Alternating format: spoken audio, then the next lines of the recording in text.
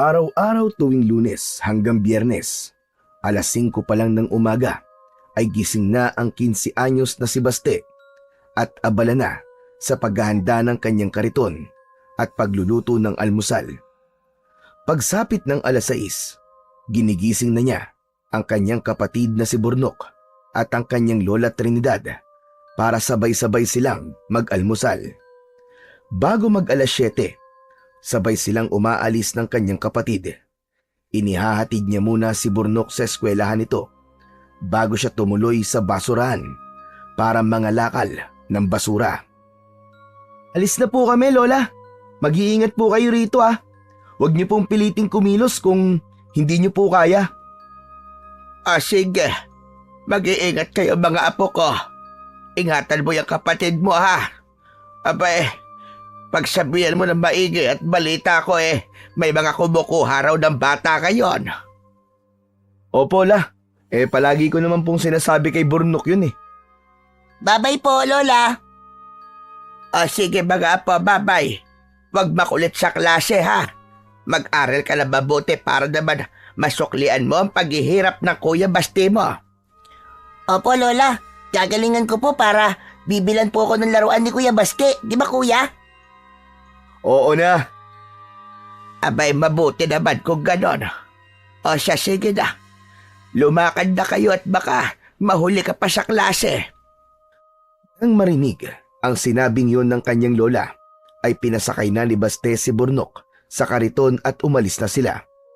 Ilang minuto rin nilang binaybay ang kahabaan ng kalsada bago sila nakarating sa tapat ng eskwelahan ni Burnok. Binuhat niya ang kapatid para makababa mula sa kariton at ibinigay niya ang bag at baon nito. Hindi pinansin ni Baste ang ilang mga mata na nakatingin sa kanilang magkapatid. Hindi mahalaga sa kanya kung basura ang tingin sa kanya ng ibang tao. Ang importante, malinis ang trabaho niya kahit galing pa sa basura ang perang pinagkukuhanan nila ng hanap buhay. Burnok, daanan na lang kita ulit mamayang hapon ha. Huwag kang aalis hanggat hindi ako dumarating, okay? Hintayin mo ako. Sabay ulit tayong uuwi ha. Oo naman, Kuya. Basta yung pinangako mong laruan ha. Oo naman, makakalimutan ko ba naman yun?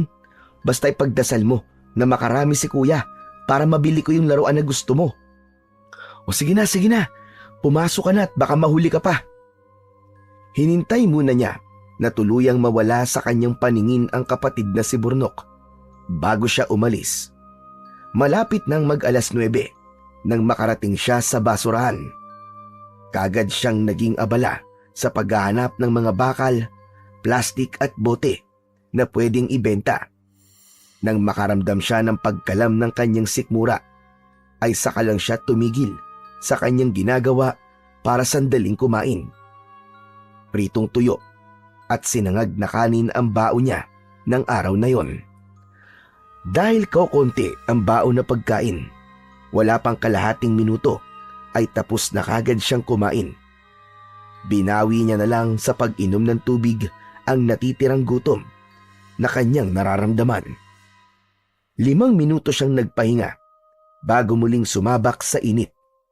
Pagsapit ng alas 4, nilisan na niya ang basurahan at pumunta naman siya sa junk shop para doon ibenta ang kanyang mga nakuwang bote at plastik.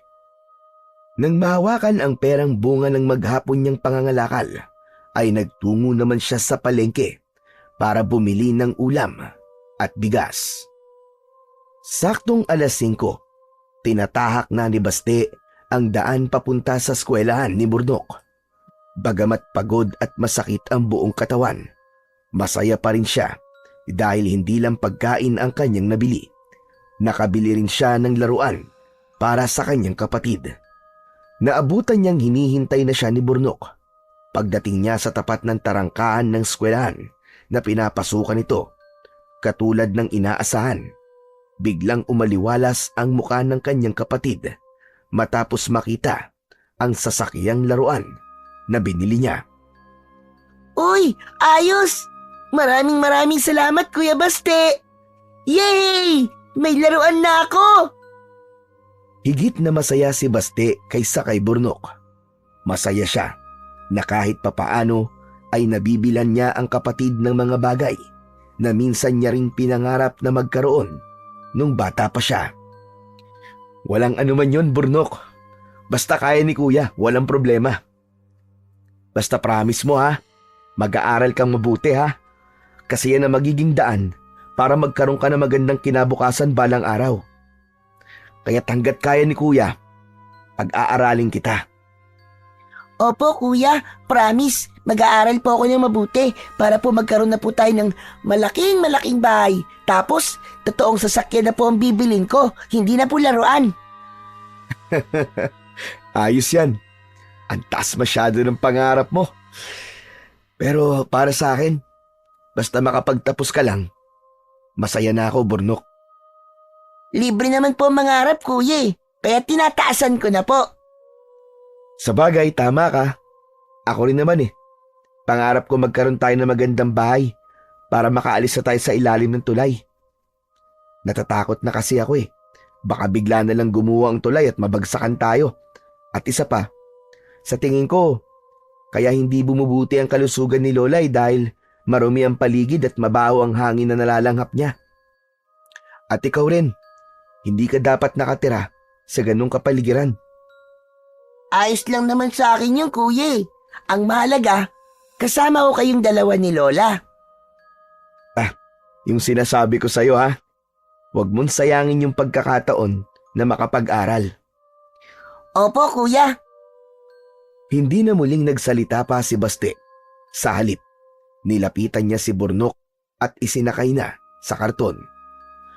Habang nasa daan pa uwi, napahinto si Baste nang makita niya ang isang matandang pulubi na pinagtitripan ng 2 binatilyo na sa hula niya ay kasing edad niya lang. Pinagpasapasahan ng mga ito ang pagkain ng kawawang matanda. Kuya Baste, kawawa naman po yung matanda oh. Tulungan po natin. Mga loko to ha. Humawa ka na maigpit, Burnok. Pagkasabi nun, ay tinulak niya palapit sa direksyon ng mga ito ang kanyang karton at binangga mula sa likuran ang isa sa 2 binatilyo. Nawalan ito ng balanse at natumba, subalit kagad din namang tumayo at tinignan siya ng masama. Lumapit ito sa kanya at akmang bibigwasan siya ng suntok. Subalit bago pa man yun tumama sa kanyang muka, ay nasangga niya na yon gamit ang kaliwa niyang braso. Gamit naman ang kanan niyang kamao, nagpakawala siya ng isang suntok. Dahil hindi nito inaasahan na ganun siya kabilis magbibitaw ng atake, hindi nito yon naiwasan at sumakto sa kaliwa nitong pisngi ang kanyang kamao. Sa lakas ng binitiwan niyang suntok, natumba ang lalaki. Sige pa, kuya! Yan! Sige, suntukin mo pa, kuya! Lalapitan sana ni Baste ang binatilyo para tulungan tumayo. Subalit bago pa man siya makalapit ay nakatayo na ang binatilyo at sisiway-siway na tumakbo palayo. Kagad din namang sumunod ang isa pang kasama ng lalaki. Bumalik kayo rito! Mga duwag pala kayo eh! Sa mahihina lang kayo matapang! Sigaw ni Baste habang sinusundan ng tingin ang 2 binatilyo. Nang mawala sa paningin niya ang 2, ay sa kanya lang binalingan ang matandang pulubi. Dinampot niya ang pagkain nito at iniabot yun sa matanda. Tatang, saan po kayo umuwi? Sakay na po kayo. Ihatid ko na po kayo. Salamat. Ngunit wala akong bahay, Tutoy. Sa kalsada lang ako nakatira. Salamat nga pala at tinulungan mo ko. Habang nagsasalita, ay paubo-ubo pa ang matanda. Bagaman naaawa, walang nagawa si Baste. Katulad nito, mahirap din ang buhay nila. Ang kaibahan lang nila, malakas pa ang katawan niya para maghanap ng pera. Samantalang ang matanda ay uugod-ugod na at halatado pang may sakit. Ganun po ba? Wala po ba kayong kamag-anak na pwedeng tuluyan? O kahit kakilala man lang po? Wala, Apo. Matagal na akong mag-isa sa buhay. Kawawa naman po pala kayo, Lolo. Ang lungkot-lungkot po siguro ng buhay nyo. Malungkot, pero sanay naman na ako. Kayo ba? May mga magulang pa ba kayo? Wala na po kami mga magulang. Lola na lang po ang meron kami. Saan kayo pupunta niyan? Magagabi na. Saan ba kayo nakatira? Pauwi na po kami, Tatang. Diyan lang po kami nakatira sa ilalim po ng tulay. Bago lang po ba kayo rito sa lugar namin? Kasi po, parang ngayon ko lang po kayo nakita rito. Oo, Tutoy. Bago lang ako rito. Kanina lang ako napadpad. Galing ako sa ibang barangay. Dito ako dinala ng mga pako habang ako'y naglalakad. Kaya po pala. Sige po, mauna na po kami, Tatang. Baka hinihintay na po kami ng lola namin eh. Sige na. Maraming salamat ulit sa tulong mo. Napakabait niyong bata. Ang swerte ng lola niyo sa inyo. Walang anuman po. Kahit naman po siguro sino, ganun din po ang gagawin. Nagkataon lang po na ako po ang nakakita sa inyo. Mali ka, Tutoy. Ikaw lang ang bukod tanging tumulong. Kaya maraming salamat. Mag-iingat kayo. Hindi na muling umimik si Baste. Tumango lang siya bilang pagtugon sa sinabing yun ng matandang pulubi. Nang malampasan na nila ang matanda, hindi niya maiwasang ikumpara ang kanilang sitwasyon sa pulubi na kanilang nakita. Sa kabila ng isang kahid at isang tuka nilang pamumuhay, hindi hamak na mas maswerte pa rin talaga ang kanilang buhay. Kawawa naman po si Lolo, di ba kuya? Oo nga, Burnok. Alam mo, kung mayaman lang talaga ako, tutulungan ko ang mga katulad niya. Hindi ako papayag na merong mga taong titira sa kalsada. Ang kaso kuya, mahirap lang din tayo eh. Yun na nga eh. Kaya kahit gusto kong tumulong, wala akong magagawa. Kasi salat din tayo. Ayos lang yun, Kuya Baste. Maiintindihan naman siguro tayo ni Lolo. Kaya nga, di bale, ipagdasal na lang natin siya mamaya. Ayos ba yon? Ayos na ayos, Kuya Baste. Palagi ko siyang isasama sa mga dasal ko simula ngayon. Mabuti yan. Ako ba, Burnok? Palagi ba akong kasali sa mga dasal mo? Aba, oo naman, Kuya. Number 1 kayo palagi ni Lola sa mga dasal ko. Lagi kong ipinagdarasal na sana palagi kang malakas at hindi magkasakit, Kuya. Tapos ano? Napakunot ang noo ni Baste. Ano? Ano, Burnok? Bakit naman binitin mo pa? Ipinagdarasal ko po na sana hindi ka magsawa po sa pagbuhay po sa amin ni Lola. Saglit na natigilan si Baste sa kanyang narinig. Pambihira ka naman, Burnok, oo. Bakit naman ako magsasawa? Alam ko kasi na sobrang pagod ka na palagi sa paghahanap mo ng pera eh. Alam kong nahihirapan ka na, Kuya Baste. Oo, napapagod ako at nahihirapan. Pero ni minsan, hindi pumasok sa isip ko magsawa, Burnok. Nawawala naman ang pagod ko kapag nakikita kong nakakakain kayo ni Lole. Kaya hindi mo kailangan mag-alala ha. Hindi magsasawa si Kuya na magtrabaho para sa inyo ni Lola. Okay? Maraming salamat, Kuya Baste ah. Napakaswerte ko dahil may kuya akong katulad mo. Ikaw talaga. Binubola mo yata ako eh ha? Hindi, Kuya. Totoo ang sinasabi ko. Inabot ni Baste ang ulo ng kanyang kapatid at ginulo ang buhok nito. Ganun ba? O sige, sabi mo eh. Dahil nalibang sa kanilang pag-uusap, namalaya na lang ni Baste na nakarating na sila sa tapat ng kanilang barong-barong. Una niyang ibinaba si Burnok mula sa kariton bago niya isinunod ang binili niyang bigas at ulam. Pagpasok nila sa loob, naabutan nilang naghihintay ang kanilang lola. Kagad silang lumapit sa matanda at nagbigay galang. Kaawaan kayo na Diyos, mga apo ko. Bakit pala ngayon lang kayo? Nag-aalala na ako sa inyo. Lola, pasensya na po kung pinag-alala po kayo namin ha.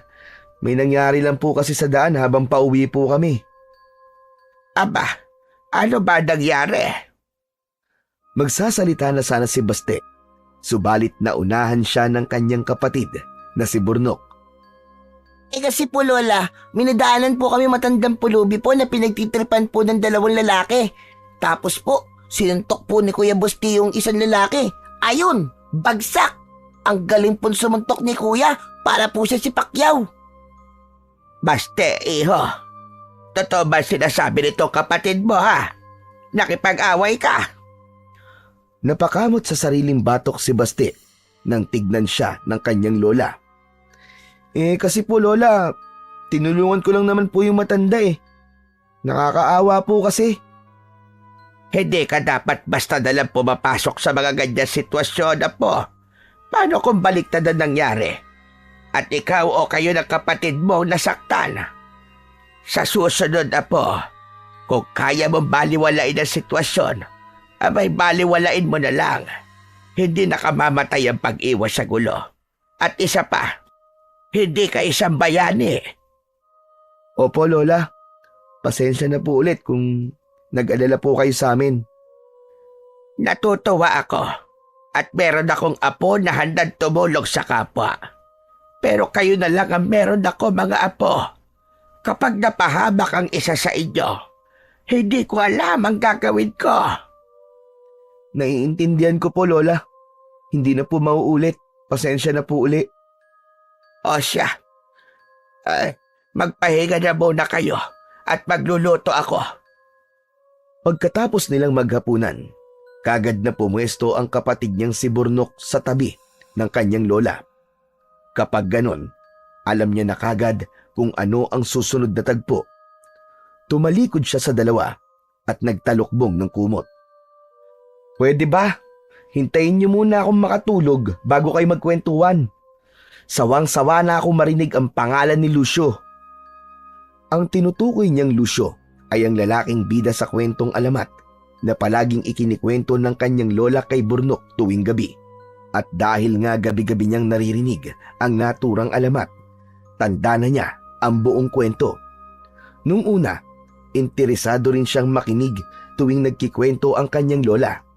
Ngunit kinalaunan, unti-unti siyang nagsasawa. Bilib na bilib pa nga siya kay Lucio nung bata pa siya. Gusto niyang maging kagaya nito. Pero ngayon, napagtanto niyang imposible ang lahat at maaaring ang kwento ni Lucio ay isa lamang sa mga kwentong alamat na pambata. Ayon kasi sa kanyang lola, isang manunugis ng aswang si Lucio. 40 taon na ang nakararaan. Nagtataglay umano ang lalaki ng kakaibang lakas at galing sa pakikipaglaban, kung kaya't kinatatakutan ito ng maraming mga aswang. Ngunit isang araw, bigla na lang daw itong naglaho na parang bula ayon sa kanyang lola. Simula umano ng mapatay ng mga aswang ang kasintahan nito, tila nilisan na rin ng lalaki ang mundo. Ayon pa sa kanyang lola, marahil ay nagpakamatay si Lucio matapos ang nangyari. Kung noon, siya ang palaging sabik na marinig ang kwento ng kanyang lola patungkol kay Lucio. Ngayon, si Burnok na. Ang bilis pala ng panahon. Parang kailan lang ay sanggol pa ang kapatid niya. 8 taon na si Burnok. Ibig sabihin, 8 taon na rin simula nang mawala ang kanilang mga magulang. 7 taon lamang siya at 3 buwan naman ang kanyang kapatid nang mangyari ang bangungot na yon sa kanilang buhay. Bangungot na hanggang ngayon kapag naaalala niya ay naroroon pa rin ang sakit at galit niya sa mga taong nasa likod ng pagkamatay ng kanyang mga magulang. 8 taon na nga ang nakararaan. Nagkaroon ng isang malaking sunog sa loob ng Kapitolyo kung saan naroon ang kanyang mga magulang at iba pang mga magulang. Matapos imbitahan ng kanilang mayor para sa isang pagtitipon. Ayon sa kanyang lola, ang naturang pagtitipon ay patungkol sana sa pabahay na ibibigay ng alkalde para sa mga pamilyang may mahihirap na pamumuhay, kung kaya't kagad na nagtungo roon ang kanyang mga magulang. Subalit sa halip na magandang balita ang dumating sa kanila, kabaligtaran ang nangyari dahil iniuwing sunog na bangkay ang kanyang mga magulang kasama ang ilan pang nagtungo sa nasabing pagtitipon. Ang pangyayaring yun ay hindi lang tumatak sa kasaysayan ng lugar, kung hindi pati na rin sa kanyang isipan. May mga nagsasabi na aksidente ang nangyari. Subalit meron din namang nagsasabi na marahil ay kagagawan ng kalabang politiko ng alkalde ang nasa likod ng lahat. Bakit tatahimik ka bigla, Kuya Baste? Nakikinig ka ba sa kwento ni Lola o tulog ka na? Bumangon si Baste sa pagkakahiga at tinignan ang kapatid. Matulog ka na. May pasok ka pa bukas Sige na, Burnok. Matulog ka na, apo. Lola, may tanong lang po ako. Bakit po hindi iniligtas ni Lucio ang babaeng mahal niya? Namatay po ba yung babae? Hindi siya iniligtas ni Lucio dahil yun ang gusto ng babae, apo. Sinabi niya kay Lucio na wag siya nitong iligtas. Ng mga oras kasi na yon, kailangan mamili ni Lucio kung sino ang ililigtas niya. Kung ang mga tao ba o ang babaeng mahal niya. Kung si Lucio ang masusunod, mas gusto niyang iligtas ang babaeng iniibig. Subalit sinabi nito sa kanya na hindi siya nito mapapatawad sa oras na siya ang piliin nitong iligtas. Hala, bakit ganun po? Namatay po ba yung babae, Lola? Marahil po, ay sa tingin ko, yun ang paniniwala ni Lucio kung kaya't simula nun ay bigla siyang naglaho na parang bula. Sa tingin mo po ba patay na po si Lucio, Lola? Hindi ko masabi, apo, pero yun ang pinaniniwalaan ng karamihan. Marahil daw nagpakamatay na rin si Lucio. Ang lungkot po pala ng buhay ni Lucio, Lola. Humikab si Burnok at nahiga sa tabi ni Baste. Inaantok na po ako. Good night, Kuya Baste. Good night po, Lola. Good night, makulit na Burnok. Makalipas ang ilang sandali, tulog na ang kanyang kapatid. Subalit siya ay nananatiling gising at pabiling-biling sa higaan. Nang mga oras na yon, ay gising pa rin pala ang kanyang lola. Hindi ka yata makatulog, apo. May problema ba? Wala po, Lola. Bigla ko lang po kasing naalala ang nangyari kina nanay at tatay. Kalimutan mo na nangyari, apo. Abay, napakatagal ng panahon nun. Hindi ko po yata makakalimutan yun, Lola. Ang pangyayaring yun, ang isa sa pinakamasakit na nangyari po sa buhay ko.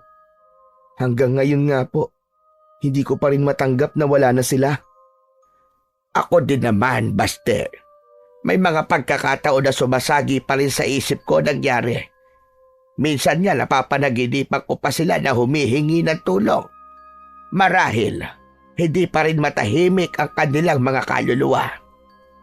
Sana po dumalaw din po sila sa panaginip ko, Lola. Kahit sa panaginip lang. Gusto ko lang po ulit silang makita at makasama. Miss na miss ko na po sila. Nilapitan siya ng kanyang lola at niyakap. Alam kong mahirap, pero sana tanggapin mo na rin sa puso mo na wala na sila, apo. Hindi na muling nagsalita si Baste. Sa halip, sinariwa niya sa kanyang isip ang masasayang alaala nila ng kanyang mga magulang noong nabubuhay pa ang mga ito. Hanggang sa hindi niya namalayan na tuluyan na pala siyang hinila ng antok. Kinabukasan, maaga ulit na nagising si Baste para gawin ang araw-araw niyang gawain. Sabay ulit silang umalis ni Burnok at ilang beses niya itong binilin bago niya iniwan. Ilang metro na ang kanyang layo mula sa eskwelahan nito Nang mapansin niya na nakalimutan niya palang ibigay sa kapatid ang baon nito, agad naman siyang tumakbo pabalik para ibigay ang baon ng kanyang kapatid. Tila naman napagtanto rin ng kanyang kapatid na wala itong baon. Nakita niya ang kanyang kuya na tumatakbo pabalik at sasalubungin niya sana. Naging mabilis naman ang mga sumunod na pangyayari. Bago pa man siya tuluyang makalapit sa kanyang kapatid para ibigay ang baon nito, ay isang kulay itim na van ang huminto sa tapat nito at mula roon ay dalawang lalaki na pawang nakasuot ng bonnet ang lumabas at biglang dinampot ang kanyang kapatid. Ay! Bitiwan niyo ang kapatid ko! Mga hayop kayo! Tinignan lang siya ng dalawang lalaki at pagkatapos ay sumakay na sa sasakyan, bit-bit ang kanyang kapatid.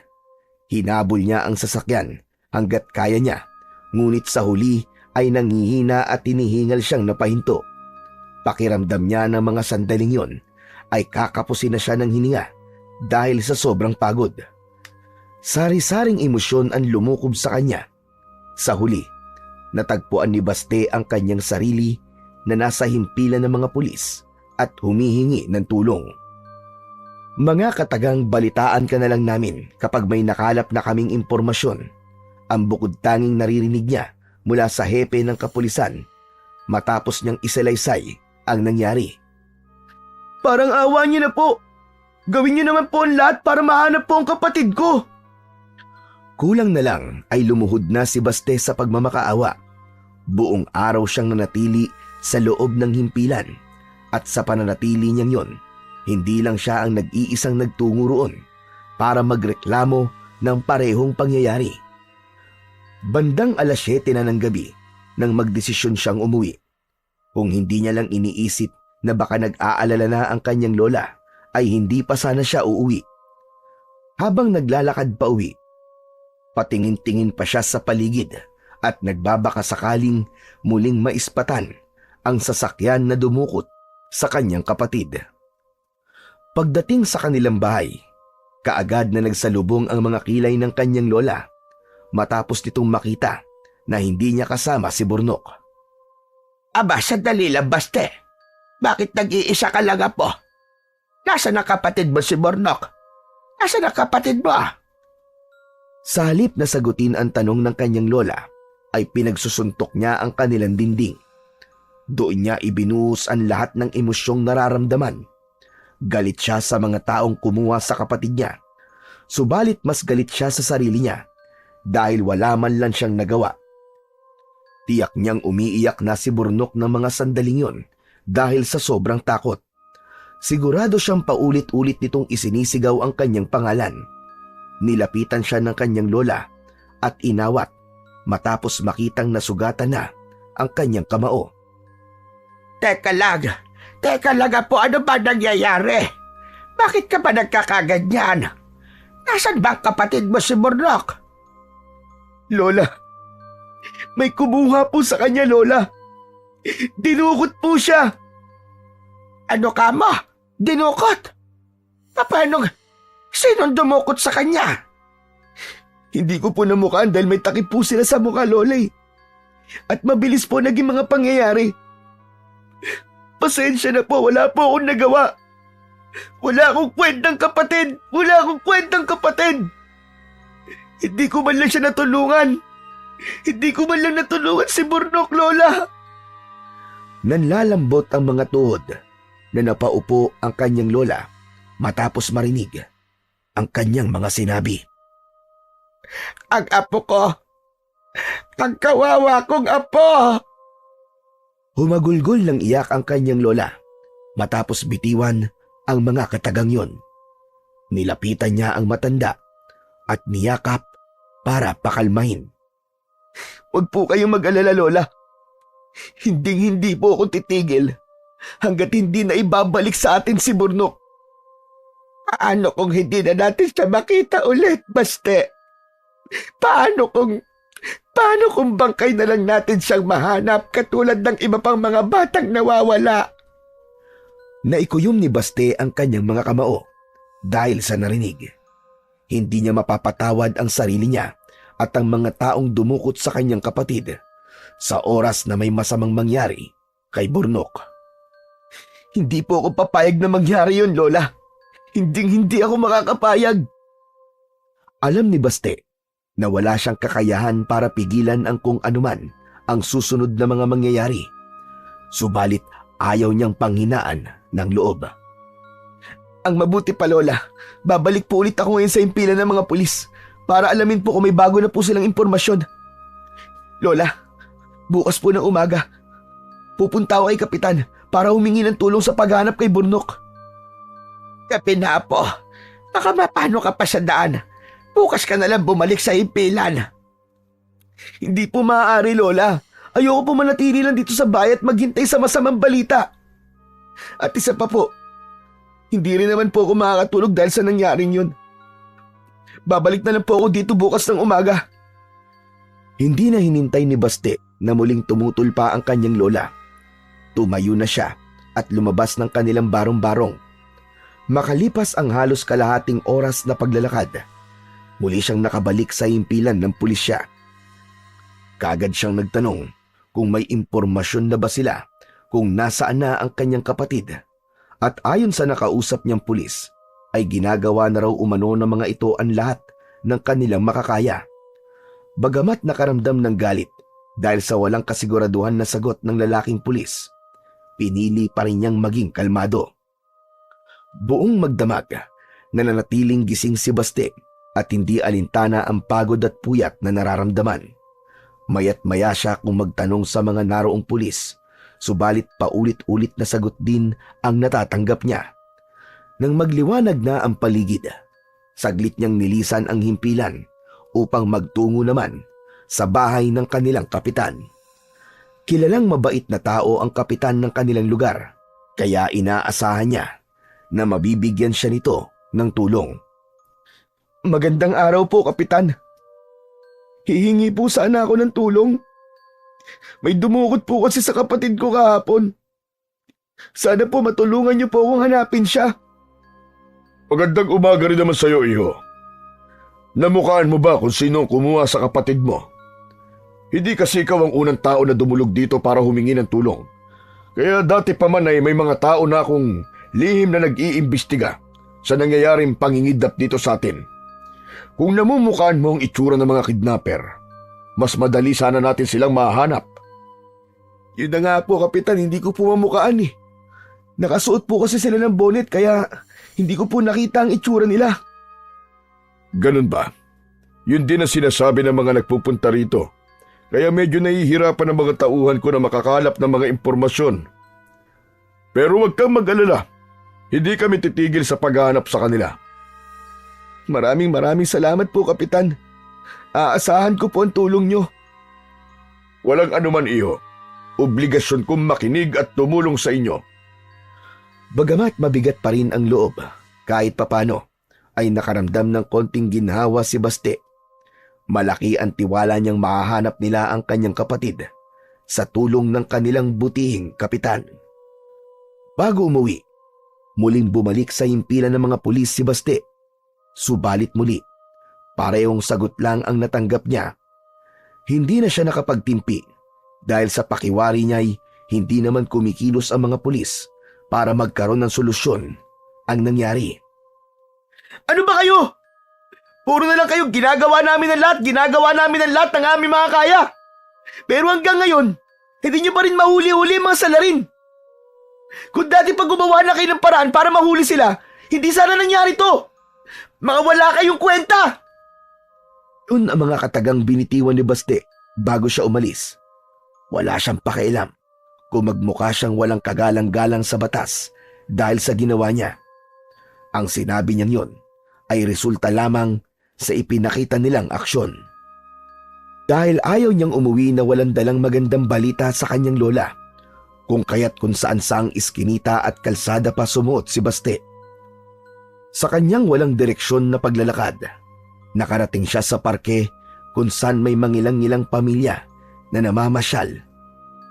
At ang ilan naman ay nagpipiknik. Ngayon niya lang nalaman na may malapit na palang parke sa kanilang lugar. Bahay, palengke, basurahan at junk shop lang kasi ang alam niyang puntahan. Kaagad na sumagi sa isip niya si Burnok. Sigurado siyang matutuwa ang kanyang kapatid kung maipapasyal niya ito sa ganong kagandang lugar. Nang maalala ang kapatid, bumalik sa isip niya ang dahilan kung bakit siya dinala roon ng kanyang mga paa.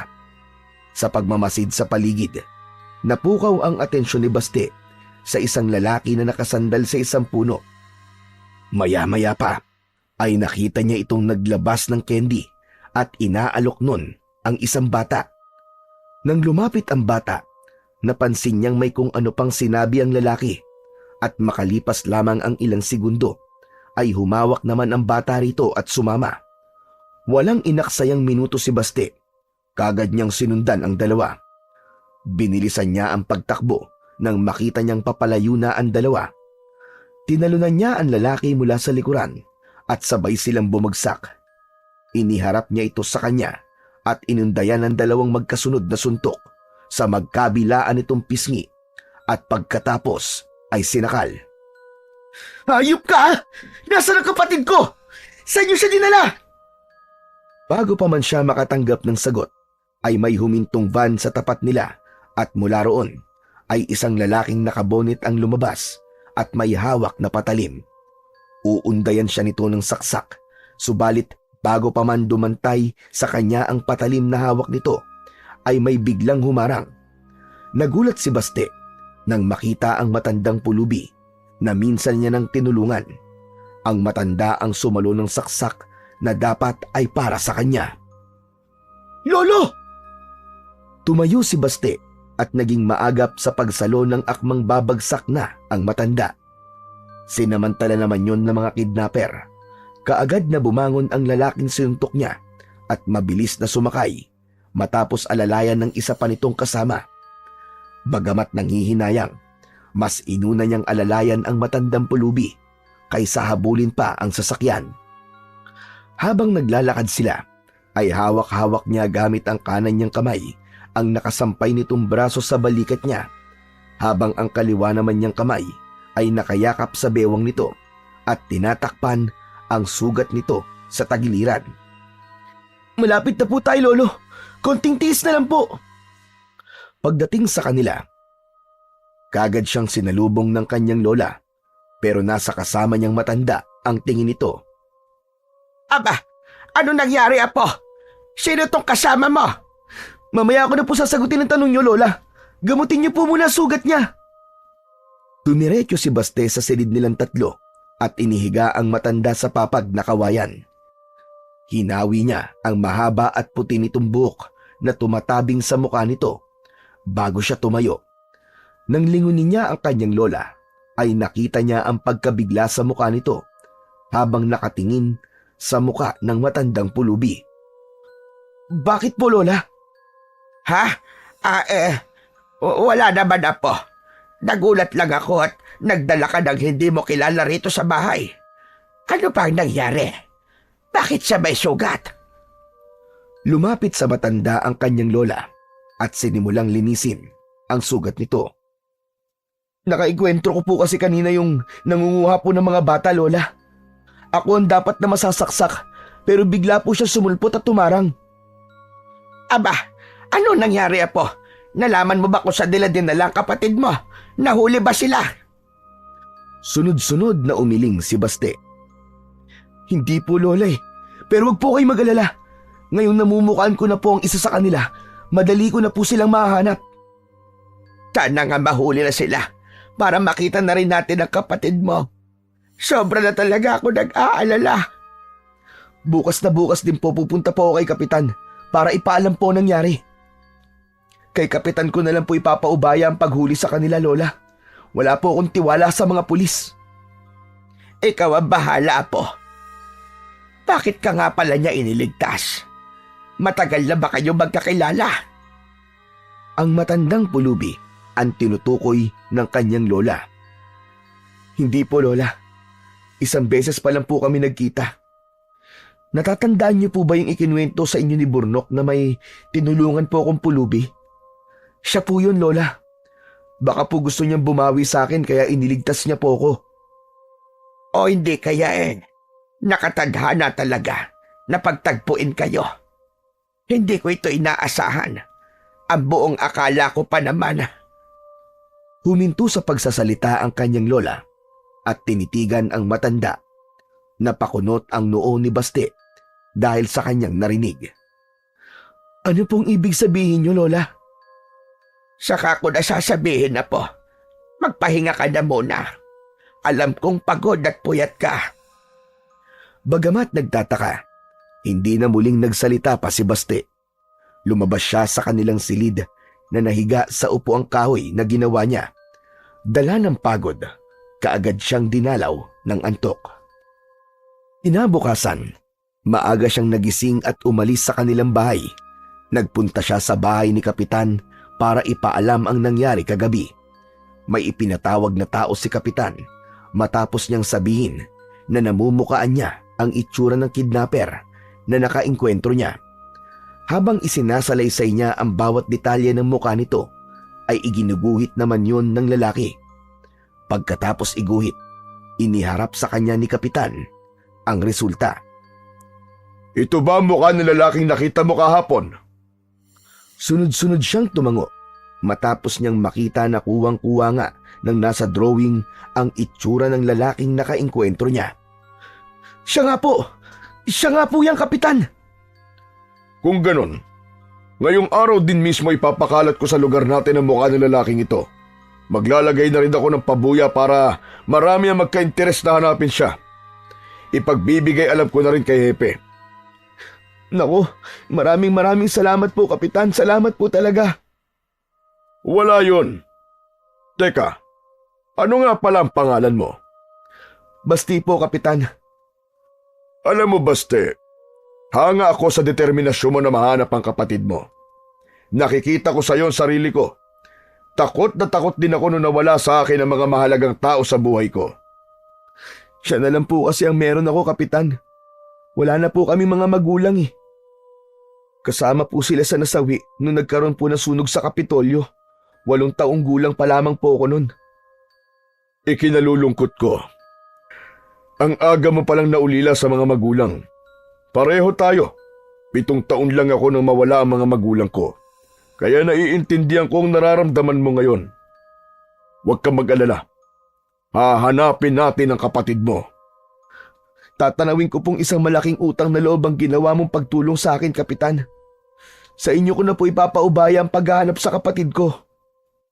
Bago nagpaalam, ay ilang beses pang nagpasalamat si Baste sa kagalang-galang na kapitan.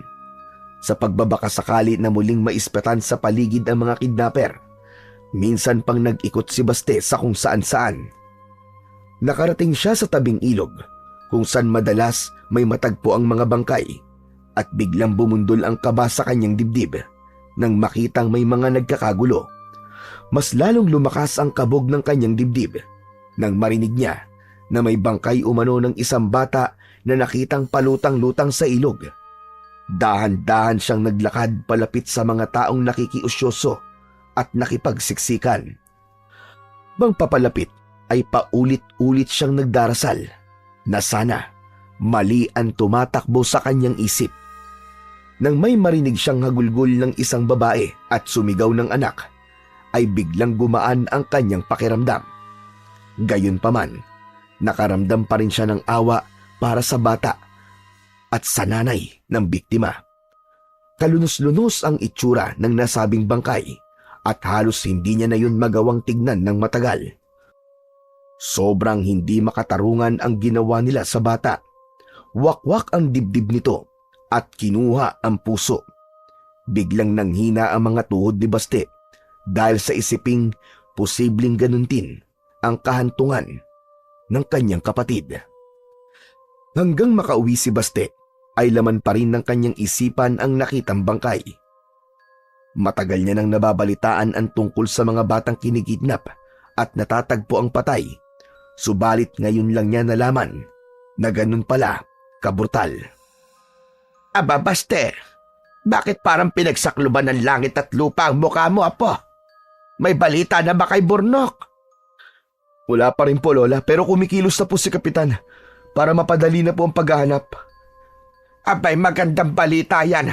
Lalo na't kilalang tao si Kapitan at maraming koneksyon. Oo nga po eh. Kaya nga po, sobra po ako nagpapasalamat sa kanya. Kung nagkausap na pala kay ni Kapitan tungkol sa paghahanap kay Burnok, abay bakit ka malungkot, Apo? Lola, may natagpuan na naman po kasing bangkay ng isang bata sa tabing ilog. Natakot pa nga po ako nung una, Lola dahil akala ko nga po si Burnok na. Grabe, Lola. Tinanggalan nila ng puso yung bata. Hindi na po sila naawa. Halang ang kaluluwa ng mga ganong tao, Apo. Walang ibang mahalaga sa kanila, kundi ang kumita ng salapi. Totoo po ba talaga na ibinibenta nilang lamang loob na nakukuha nila sa mga bata? Napakasama po nila. Para silang mga demonyo.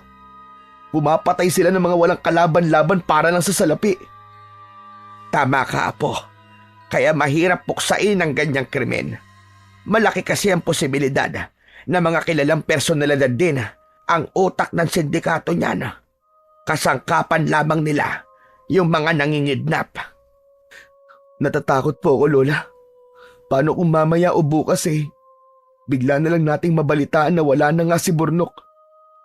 Huwag kang panghinaan ng loob, Apo.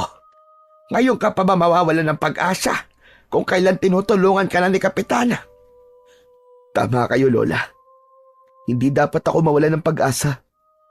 Hindi ko dapat biguin si Burnok. Alam kong hinihintay niya ako na iligtas siya sa bangungot na pinagdaraanan niya ngayon. Dapat makabalik siya sa atin kagad, Apo. Hindi natin hawak ang posibleng mangyari sa kanya sa mga susunod na araw. Musta po pala si Lolo? Kumusta po ang sugat niya? Sinadyang baguhin ni Baste ang kanilang usapan dahil masyado na siyang nagiging emosyonal. Ayos na ang lagay niya, Apo. Nawalan lang siya ng malay kagabi habang tinatahi ko ang sugat niya. Nagkamalay na po ba siya ulit? Oo, Apo. Pero sinabihan ko siya magpahinga na muna. Huwag mong pilitin bumangon at baka matanggal ang tahi niya. Teka, Apo. Hindi ka pa kumakain simula kahapon. Baka naman mapabayaan mo na ang katawan mo niyan. Kumain ka na muna, Apo. Maupo ka at ipaghahain kita. Hindi pa naman po ako gutom, Lola. Iidlip na lang po muna ako. Sigurado ka? Opo. O sige, ikaw ang bahala. Kumain ka mamaya kapag nagutom ka, ha? Tumango lang si Baste at nahiga na sa upuan. Dahil marahil sa pagod, kagad siyang nakatulog. Bandang 10:00 ng gabi, nagising si Baste. Nakarinig siya ng kaluskos mula sa labas. Lalapit sana siya sa pinto para silipin kung ano ang ingay na yon. Subalit nagulat siya dahil bigla yung bumukas. Mistulang ipinako sa kanyang kinatatayuan si Baste nang makita ang kakilakilabot na nilalang na nakatayo sa labas ng pinto. Humakbang ito papasok at akmang susuguri na sana siya, subalit bigla rin itong natigilan matapos makitang lumabas sa kanilang silid ang kanyang lola at ang matandang pulubi. Napuno siya ng pagtataka nang makita niyang tila nahihintakutan itong tumakbo palabas at naglaho sa dilim. Nakita niyo ba yun, Lola? Nakita niyo? Aswang yun, hindi ba? Bakit parang bigla siyang natakot sa inyo? Aswang nga yun, Apo. Hindi ko alam na may aswang din pala sa lugar na ito. Muntik ka na ron, Apo. Oo nga po, Lola. Mabuti na lang po at lumabas kayo. Parang natakot po bigla sa inyo eh. Hindi sa akin, Apo. Dito kay Ambu siya natakot. Patunay lamang yon. Nakilala pa rin nila kung sino ang dapat nilang katakutan. Nagtaka si Baste sa kanyang narinig. Ano po, Lola? Ano pong ibig niyo sabihin? Sasagutin ko ang tanong mo na yan sa isang kondisyon. Ano pong kondisyon? Sa halip na sagutin ang tanong niya, ay kumuha ng plato ang kanyang lola at nilagyan yon ng pagkain at pagkatapos ay sinenyasan siyang maupo. Ikikwento ko sa iyo ang lahat habang kumakain ka, Apo. Hindi makapaniwala si Baste sa kanyang mga nalaman matapos marinig ang mga isiniwalat ng kanyang lola. Hindi na niya nagawa pang tapusin ang kinakain niya at nakinig na lang siya rito. Ayon sa kanyang lola, ang matandang pulubi na minsan niyang tinulungan ay walang iba kung hindi si Lucio, ang lalaking manunugis ng aswang sa kwentong alamat na palaging ikinikwento ng kanyang lola sa kanila ni Burnok. Hindi ito nagpakamatay o namatay. Ayon dito, pinili nitong talikuran ang pagiging manunugis matapos itong mabigo na iligtas ang babaeng iniibig na walang iba kung hindi ang kanyang lola. Ang buong akala pala nito ay namatay nung gabi rin na yon ang lola niya, kaya masyado itong nalungkot at sinisi ang sarili sa nangyari. Paano ka nakaligtas nung gabing yun, lola? Binigyan nila ako ng pagkakataon na tumakbo. Kaya sinunggaban ko kagad ang pagkakataon na yon. Kahit alam kong malabo kung makatakas dahil lubha silang mabibilis. Nakarating ako sa tapat ng isang malalim na bangin at doon ako nakakita ng konting pag-asa dahil naririnig ko na tubig ang nasa ibaba. Tumalon ako, bumagsak sa tubig at tinangay ako ng agos hanggang sa nawalan ng malay. May nakakita sa akin sa gilid ng isang batis at tinulungan ako. Ang hirap po pala ng mga pinagdaanan nyo para makaligtas, lola. Tama ka, apo. At habang nagpapagaling, nakarating sa akin ang balitang bigla na lang naglaho ang lolo mo. Akala ko wala na siya. Kaya naman, labis kong dinamdam yon. Nang malaman ko naman na buntis ako sa tatay mo noon, doon lang ulit ako nagkaroon ng ganang mabuhay. Ibig sabihin, tatang, totoo pala talagang lolo kita. Kaya po pala ang gaan-gaan ng loob ko po sa inyo nung araw na tinulungan kita. Naku, makapaniwala sa mga nangyari. Ang buong akala ko, mag-isa na lang ako sa buhay. Hindi ko inaasahan na buhay pa pala ang lola mo at may bonus pang mababait na apo. Hindi rin po ako makapaniwala. Parang ang hirap po paniwalaan na lolo ko po si Lucio. Kaya po pala natakot yung aswang kanina nang makita kayo. Marahil ay isa siya sa mga nakainkwentro ko na noon. Mukhang may edad na ang isang yun. Ito po ang unang beses na merong aswang na napadpad dito.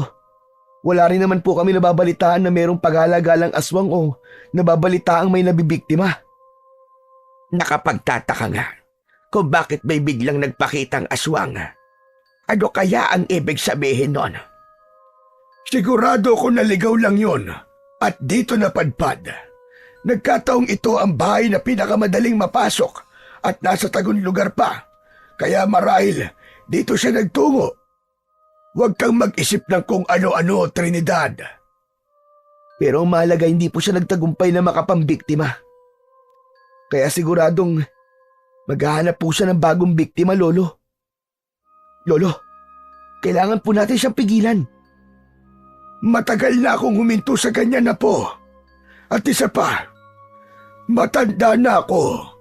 Hindi na ganun kaliksi at kalakas ang aking pangangatawan. Ganun po ba? Kung ganun, ipagbibigay alam ko na lang po kay Kapitan para sila na po ang bahalang maghanap. Magandang ideya yung naisip mo. Palagi mo nababanggit yan si Kapitan. Mukhang mabuti siyang tao. Base na rin sa mga naririnig ko mula sa iyo. Opo, siya po ang tumutulong sa akin para mahanap ko po si Burnok. Nakikita raw po niya ang sarili niya sa akin kaya gusto niya po akong tulungan. Mabuti naman at mabuting tao ang kapitan niyo dito. At hindi katulad ng iba na walang pakialam sa mga tao sa paligid. Sandali lang. Gusto mo bang sabahan kita bukas? Kayo po ang bahala. Magaling na po ba ang sugat niyo? Malayo-layo po kasi ang lalakarin natin eh. Baka mabinat po kayo. Ayos lang ako, apo. Malayo naman sa bituka to sugat ko. Wala ito kumpara sa mga sugat na natatamo ko noon. Gusto mo makita? Aba, sige po, Lolo.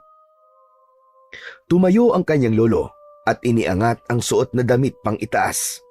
Napaawang ang mga labi ni Baste nang tumambad sa kanyang paningin ang mga peklat sa iba't ibang bahagi ng katawan nito, sa dibdib, sa tiyan, sa tagiliran, at meron din sa likod. Grabe! Ang dami po! At ang lalaki pa! Aswang po ba may gawa ng mga yan? Ibinaba muna ng kanyang lolo Ambo ang damit nito bago sumagot. Tama ka, Apo. Alam mo ba, tuwing uuwi akong sugatan, palagi akong pinapagalitan ng lola mo.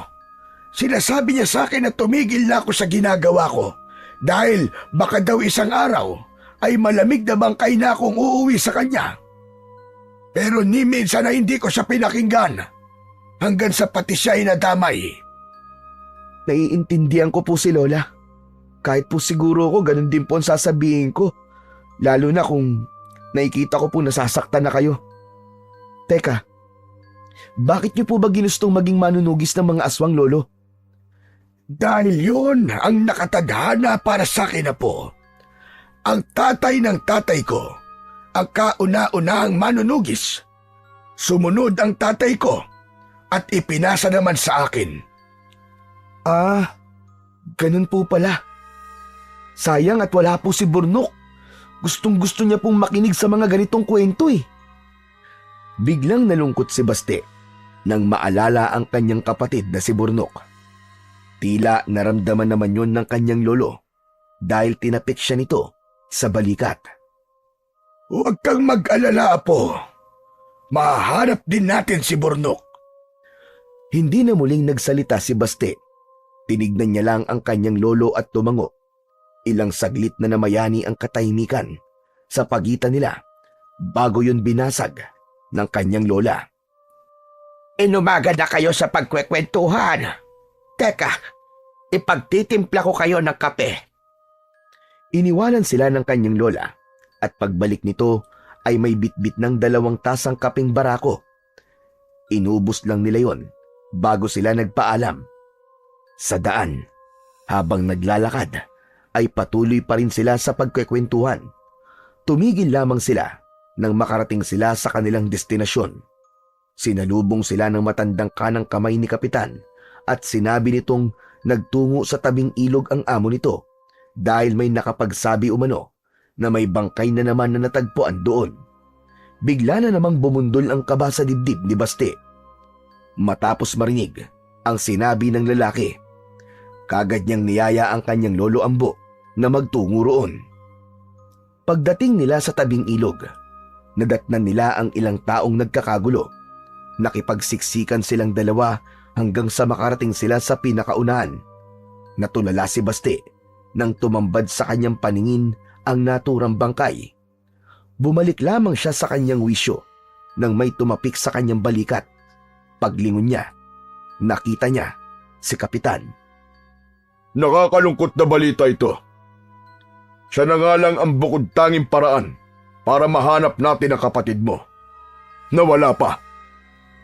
Ang naturang bangkay ay walang iba kung hindi ang lalaking kidnapper na nakainkwentro niya. Katulad ng mga naunang bangkay na natatagpuan sa lugar na yon, wakwak din ang dibdib ng lalaki at kinuha ang puso.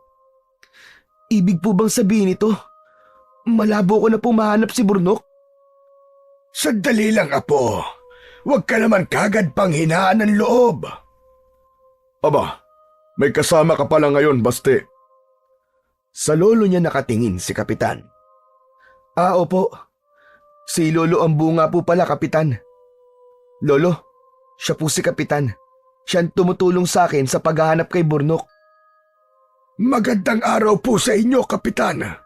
Palagi kang nababanggit nitong apo ko. Magandang araw din po sa inyo, Lolo Ambo.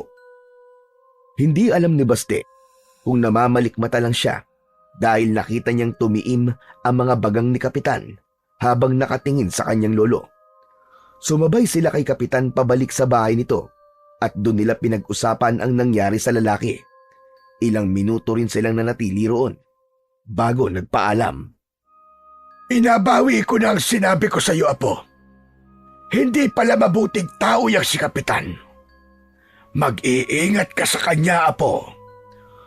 Huminto sa paglalakad si Baste at nagtatakang tumingin sa kanyang lolo. Ano po? Teka, ano pong ibig niyo sabihin, Lo? Isa siyang aswang. Silang dalawa ng lalaking unang humarap sa atin nang dumating tayo sa bahay niya. At sa tingin ko, yung aswang na sumugod kagabi ay walang iba kung hindi yung matandang lalaki na yon. Nabigla si Baste sa kanyang narinig at ilang saglit na natulala bago muling nakapagsalita. Teka, Lolo. Ang hirap po atang paniwalaan ang mga sinasabi niyo. Aba, mabuting tao po si Kapitan. Kaya malabo po yung sinasabi niyo. Hindi po siya aswang, Lolo. Hindi ako pwedeng magkamali, Baste. Ang mabuti pa po, bilisan na po natin. Mukhang uulan eh. Baka maabutan po tayo. Saktong pagdating nila sa bahay, ay saka naman bumuhos ang malakas na ulan at may kasama pang kulog at kidlat. Dahil doon, naalala na naman niya si Burnok. Takot ang kapatid niya sa kidlat. Palagi itong nagtatago sa likod niya tuwing kumikidlat. Kung minsan pa nga, ay umiiyak pa. Saan ka pupunta, Apo? Abay, ang lakas ng ulan.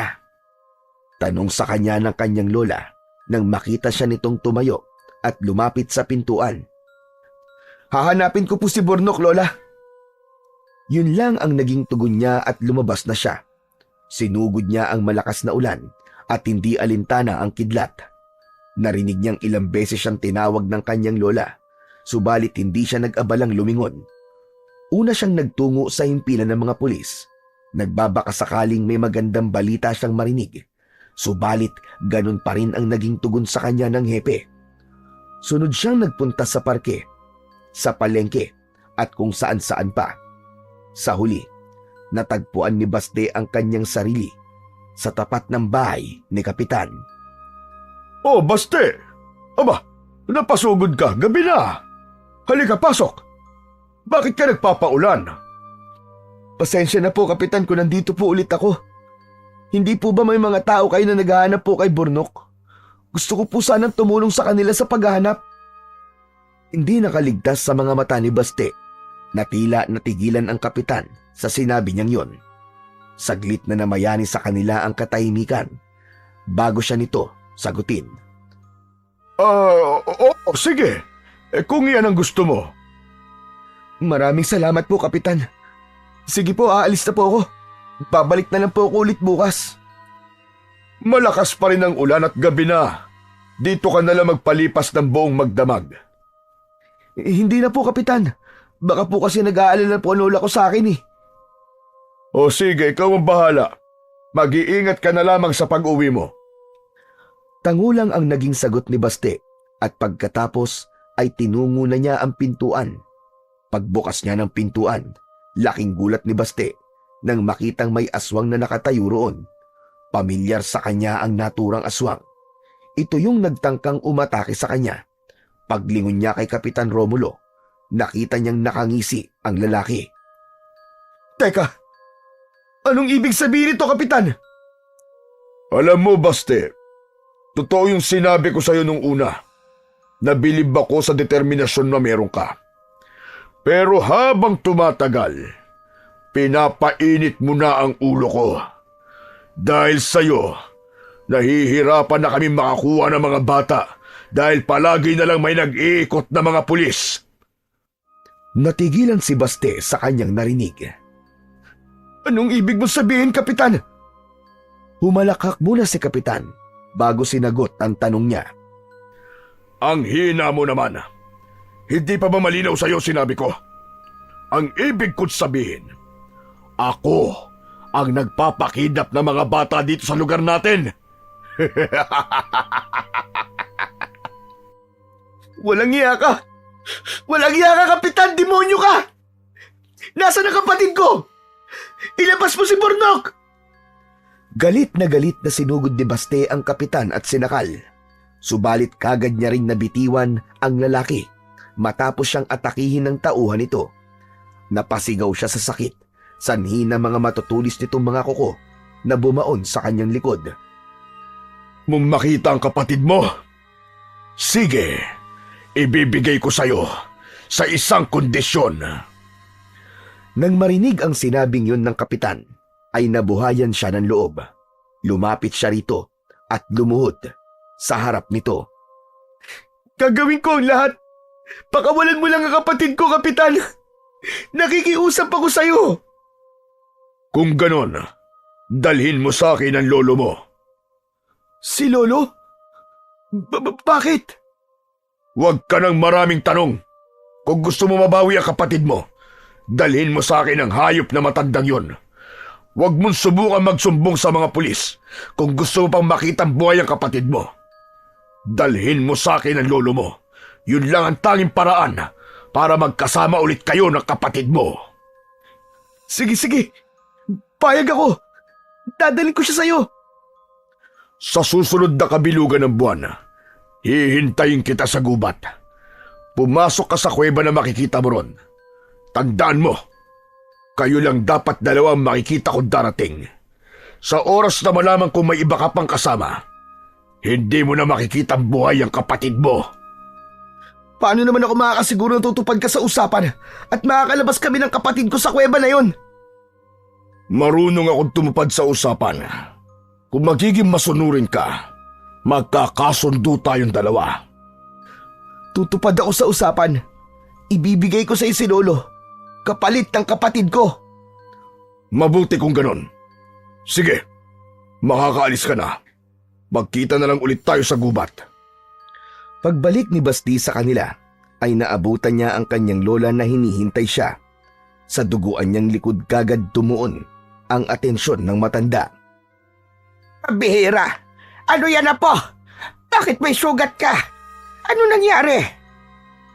Ayos lang po ako, Lola. Huwag po kayo mag-alala. Anong ayos lang? Anong wag mag-alala? Ang lalim nitong sugat mo, apo. Teka, may nakikwentro ka bang aswang? Kalmot na mahabang kuko ito, ah. Si Kapitan ba may gawa niyan? Sinabihan na kitang mag-iingat ka sa kanya. Ano ka mo? Si Kapitan? Bakit naman siya sasaktan ni Kapitan? Nagkamali po ako ng akala kay Kapitan, Lola. Hindi po siya mabuting tao. Isa siyang aswang na nagpapanggap lamang na mabuting kapitan. Hawak niya po si Burnok, Lola. Ano? Ano nangyari yon? Teka, kung ganyan pala, bakit hindi natin isumbong sa mga pulis ang hayop na kapitan na yan? Hindi pwede, Lola. Pinagbantaan niya po ako na papatayin niya ang kapatid ko sa oras na magsumbong ako sa mga pulis. May ibinigay po siya sa aking kondisyon. Kapag ginawa ko raw po yun, makakauwi po ng ligtas si Burnok. Anong kondisyon na po? Baka naman buhay mo ang kapalit. Gusto niya pong daling ko sa kanya si Lolo Ambo. Hindi ko po alam kung bakit pero ang laki po ng galit niya sa'yo, Lolo. Pumayag ka ba sa kondisyon niya? Baka hindi po ako makalabas ng buhay sa bahay na yun kung di po ako sasang-ayon, Lola. Nabalak mo ngayon? Pambihira. Ano yon? Ibibigay mo ang lolo mo sa kanya? Nilapitan siya ng kanyang lola at sinimulan nitong linisin at tapalan ng halamang gamot ang kanyang mga sugat. Hindi ko alam, Lola. Gusto kong mailigtas si Burnok. Pero hindi naman po kaya ng konsensya ko na ilagay sa panganib ang buhay ni Lolo. At isa pa, duda ako sa sinasabi ni Kapitan na makakalabas pa kami ng buhay ni Burnok sa kuweba na yun. Kung ganon, ay kailangan mong pag-isipang mabuti kung ano ang dapat mong gawin, apo. Opo, Lola. Sa susunod pa naman po na kabilugan ng buwan yun. Sana po, may maisip pa akong ibang paraan. Nang gabing yun, naging mailap ang antok kay Baste. Dahil na rin siguro sa balisa niyang isipan, hindi niya alam kung ano ang dapat niyang gawin. Parehong mahalagang tao sa kanya si Burnok at ang kanyang lolo, kaya hindi niya kakayanin kung isa sa kanila ang mawala. Baste, apo. Gising ka pa ba? Opo, Lolo. Bakit po? Bumangon ang kanyang lolo at lumapit sa kanya. Hindi ka ba nagtataka kung paano ako naging manunugis noon? Sa pagkakaalam ko po, malakas kayo at magaling makipaglaban, Lolo. Yun po kasi ang kwento ni Lola sa amin. Tama ka, Apo. Pero maliban doon, meron din akong gabay. Gabay? Ano po yun, Lolo? Sa halip na sagutin ang tanong niya, ay may dinukot ang kanyang lolo sa bulsa nito. Isa yung pulang tela. Nang buklatin nito yon, ay tumambad sa paningin niya ang isang kwintas na may palawit na tila maliit na sungay na kulay itim. Ito ang tinutukoy ko. Mutya ang tawag sa ganito. Maraming ibang uri ng mutya. Ang isang ito ay galing sa pangil ng toro. Marahil ay nagtataka ka kung paano ko nalampasan ang mga sugat na natamo ko sa bawat aswang na nakakalaban ko. Dahil yun, sa mutya na ito, binibigyan ka nito ng karagdagang lakas at bilis. May mabisang kapangyarihan din itong taglay na pangontra sa kahit na anong itim na mahika, katulad ng kulama at barang. Bakit hindi niyo na po isinusuot, Lolo? Simula kasi ng talikuran kong pagiging manunugis, ay hinubad ko na ito at hindi na muling isinuot pa. Simula rin noon, nagbulag-bulagan at nagbingi-bingihan na ako sa mga taong nangangailangan ng tulong. Binalak ko ang itapon na lang ito noon dahil wala naman akong anak na pwedeng magmana. Pero nagbago ang isip ko at sabi ko sa sarili, maghahanap na lang ako ng taong karapat-dapat na pagkalooban nito. Kahit hindi ko kadugo, basta may mabuting puso. May nahanap po ba kayo? Meron na po. At walang iba, kundi ikaw. Simula nung gabing tinulungan mo ko, alam ko na kagad na nahanap ko ng susunod na tagapagmana ng mutya. Alam mo bang, peke lang ang tagpo na yon. Kasabwat ko sila. Gusto ko lang subukan kung tutulungan mo ko. Totoo po ba, Lolo? Bakit niyo naman po ako gustong subukin? Gusto ko lang tiyakin kung may mabuti kang ang kalooban at handang tumulong sa iba. At hindi nga ako nagkamali.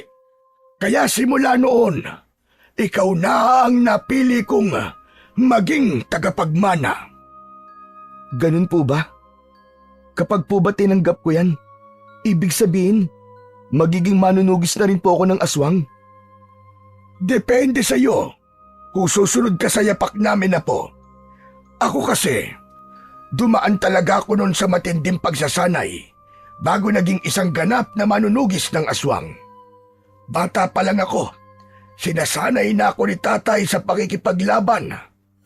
Malalakas kasi ang mga aswang, lalong-lalo na kapag kabilugan ng buwan. Kung kakalabanin mo sila, hindi sapat na malakas ka lang. Dapat may alam ka rin sa pakikipaglaban. Gusto ko pong talunin si Kapitan, Lolo. Hindi lang para mailigtas ko si Burnok, kung hindi para na rin matigil na ang mga ginagawa niya. Marami na siyang nabiktimang mga bata. Ang akala po ng karamihan, sindikato nasa likod ng mga pangingignap dahil puso po ang kinukuha sa mga kawawang biktima. Pero aswang pala. Hindi ko alam kung ano ang pakay niya sa akin, pero handa akong sumama sa iyo, Apo. Huwag na po, Lolo. Sigurado ako na panganib po naghihintay sa inyo doon. Ako na lang po mag-isa ang pupunta. Bahala na po kung anong mangyari. Tanggapin mo ito, Apo. Tutulungan ka nito na magtagumpay ang anumang nais mong gawin.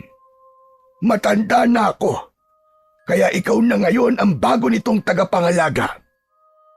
Hindi na tumutol pa si Baste nang isuot sa kanya ng kanyang lolo ang kwintas na may palawit na mutya ng pangil ng toro. Kaagad nakaramdam siya ng kakaiba sa kanyang katawan. Parang may kung anong bultahe na biglang dumaloy sa kanyang mga ugat. Napangiwi si Baste nang biglang sumigid ang kirot ng sugat niya sa likod. Ilang segundo rin ang itinagal ng sakit bago yun tuluyang nawala. Pinakiramdaman niya ang kanyang sarili at hindi siya makapaniwala nang mapagtanto niyang biglang naghilom ang kanyang sugat. Lolo, Gumaling na po agad ang sugat ko. Oo, apo. Isa yan sa kakayahan na meron ng mutya. Kaya nitong padaliin na gumaling ang mga sugat mo sa katawan. Nasiyahan si Baste sa kanyang narinig. Bigla siyang nagkaroon ng pag-asa na matalo si Kapitan. Buo na ang desisyon niya. Haharapin niyang mag-isa ang lalaki at babawiin niya ang kanyang kapatid. Hanggang sa sumapit na nga ang kabilugan ng buwan, ang itinakdang araw ng kanilang pagkikita. Sigurado ka na ba talaga sa desisyon mo, apo? Magsumbong ka na lang kaya sa mga pulis para tulungan ka nila. Hindi pwede, Lola. Maigpit niyang ibinilin sa akin na wag ako magsusumbong o magsama ng pulis. At isa pa, kung magsasama ako ng mga pulis, siguradong mapapahamak lang silang lahat. Natatakot ako sa gagawin mo, apo. Paano kung hindi na kayo makabalik ng kapatid mo? Gusto ko mailigtas siya. Pero kung wala namang kasiguraduhan na makakauwi kayong dalawa, mas mabuti pa siguro na wag ka na lang tumuloy. Dito ka na lang, apo. Hindi po pwede. Kailangan ko pong pumunta ron. Ito na po ang pagkakataon ko na makita ang kapatid ko. Alam ko pong matagal niya na akong hinihintay. Pasensya na po, Lola. Pero hindi niyo na po ako mapipigilan. Bago siya lumabas ng kanilang bahay, ay nilapitan niya muna ang kanyang lolo. Lolo Ambo, ikaw na po muna ang bahala kay Lola. Kapag sumapit po ang Bukan Liwayway na wala pa kami, umalis na po kagad kayo dito. Sige, apo. Mag-iingat ka. Umalis si Baste, na tanging bitbit lamang ay isang patalim na itinago niya sa kanyang likuran. Dahil malayo ang gubat at malawak ang loob nito, gabi na nang mahanap ni Baste ang kuweba na tinutukoy ni Kapitan. Ilang minuto rin siyang naglakad papasok bago niya marating ang pinakadulo. Kuya! Kuya Baste! Kuya Baste, tulungan mo ako! Kaagad na hinanap ni Baste kung saan nanggagaling ang boses na yon ng kanyang kapatid. Pagtingin niya sa kanang bahagi, nakita niya si Burnok. Nakakulong ang kanyang kapatid sa isang kulungan na gawa sa kahoy. Burnok! Burnok, ayos ka lang ba? Huwag ka mag-alala. Nandito si Kuya. Kuya! Tulungan mo ako! Natatakot ako! Ayoko na rito, Kuya! Oo, si Kuya ang bahala sa iyo. Ililigtas kita. Humakbang palapit si Baste. Subalit bago pa man siya tuluyang makalapit, ay humarang sa daan niya ang isang aswang. Napaatras siya at inihanda ang sarili sa gagawin nitong pagsugod. Sumulpot mula sa kung saan si Kapitan at dito tumuon ang atensyon niya. Bakit mag-isa ka lang? Nasaan ang lolo mo? Hindi ba may kasunduan tayo? Nandito ako!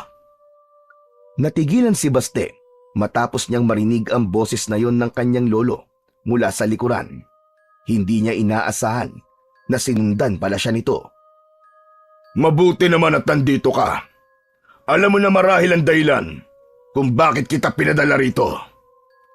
Iyan nga ang dahilan kung bakit ako sumama. Gusto kong malaman kung ano ang kailangan mo sa akin. Biglang humalakhak ng malakas si Kapitan at pagkatapos ay tumingin kay Baste. Ano pang hinihintay mo? Kunin mo na ang kapatid mo at lumabas na kayo rito. Tumingin si Baste sa kanyang lolo at nang makita niya itong tumango ay kagad siyang lumapit kay Burnok. Pinakawalan niya ang kapatid mula sa kulungan at binuhat palabas ng kuweba. Malalaki ang mga akbang niya habang tumatakbo palabas. Wala siyang balak na iwan sa loob ang kanyang lolo kasama si Kapitan. Pagdating sa labas, ibinaba niya si Burnok sa isang tagong parte ng gubat. Burnok, dito ka lang ha. Huwag kang aalis dito kahit na anong mangyari. Babalikan ko lang si Lolo. Opo, Kuya. Babalikan ka ni Kuya ha. Pinapangako ko sa'yo. Niyakap muna ni Baste ang kanyang kapatid bago niya ito iwan.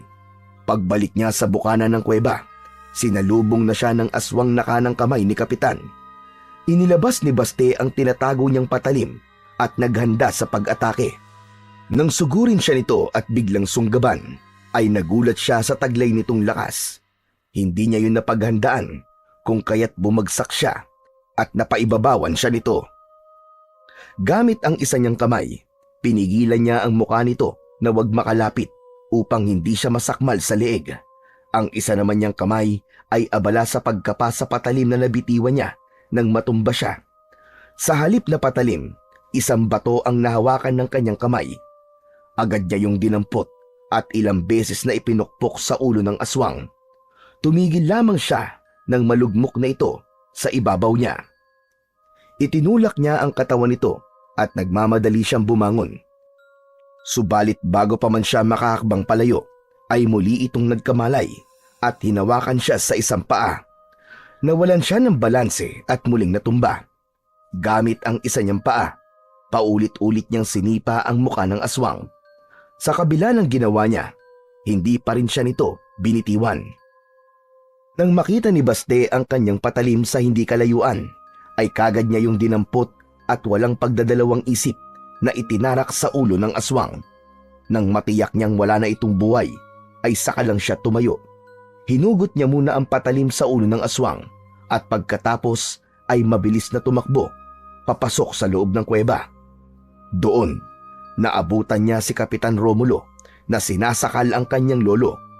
Halata sa itsura ng matanda na matindi na ang pinagdaanan nitong hirap sa kamay ni Kapitan dahil duguan na ang mukha nito. Parang may sariling isip ang kamay niyang may hawak na patalim. Kusang kumilos yun at inihagis ang kutsilyo sa direksyon ng aswang. Tumama yon sa likuran ni Kapitan, dahilan para maagaw niya ang atensyon nito. At talagang bumalik ka pa. Naging mapagbigay na nga ako sa iyo at binigyan kita ng pagkakataong mabuhay. Pero sinayang mo lang, bata. Ngayon, sabay kayong mamamatay ng lolo mo sa mga kamay ko. Pagkasabi nun ay sinugod siya nito. Nagtaka si Baste dahil sa kabila ng mabilis na mga ginawang pag-atake ni Kapitan sa kanya, ay nagagawa niyang ilagan yun.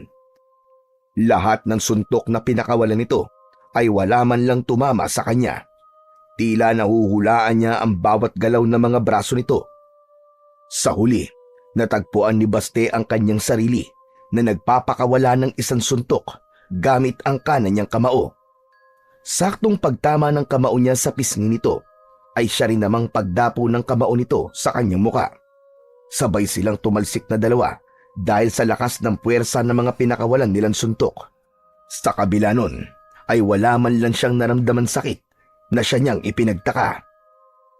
Hindi ka na dapat bumalik pa dito, Baste. Sinayang mo ang pagkakataong mabuhay kasama ang kapatid mo. Huwag na tayong maglokohan pa rito, Kapitan! Alam ko namang hindi mo kami hahayaang mabuhay matapos kung malaman ang sikreto mo. Napakasama mong hayop ka. Hindi ka na naawa sa mga batang walang kalaban-laban na pinatay mo. Maawa? Bakit? Naawa ba nun sa akin ang lolo mo bago niya patayin sa harap ko mismo ang aking mga magulang? Natigilan si Baste sa kanyang narinig. Kung ganun, yun pala ang dahilan kung bakit ito gustong patayin ang kanyang lolo. Gusto pala nitong maghiganti. Ikaw ang batang yon? Ang batang dinala ko sa simbahan?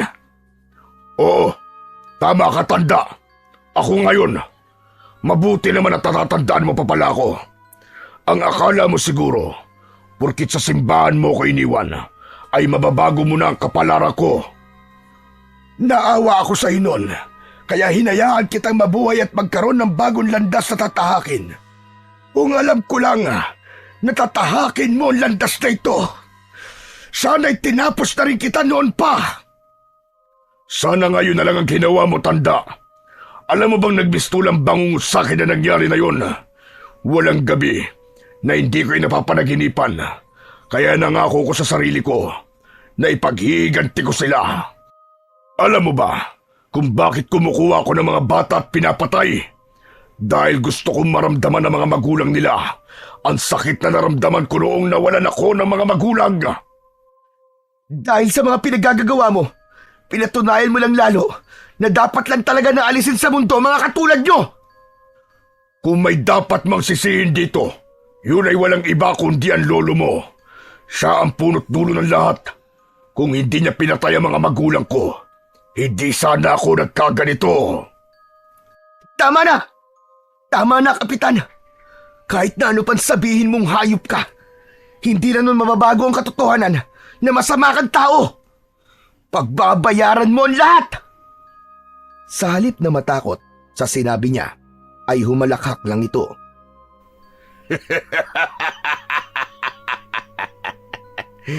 Dagdagan natin ang galit mo, Baste. Hindi ba nabanggit mo sa akin na namatay sa sunog ang mga magulang mo? Alam mo ba na ako may gawa ng sunog na yon? Ginawa ko yun para maranasan ng kanilang mga anak ang pakiramdam na mawalan ng magulang.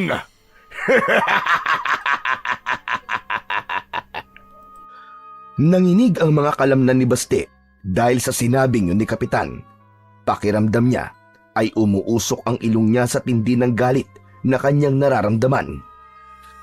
Napakasama mo! Demonyo ka! Nagsisisi na ako na minsan ako naniwala na mabuti kang tao! Sisihin mo ang lolo mo. Siya ang may kasalanan kung bakit ako nagkaganito.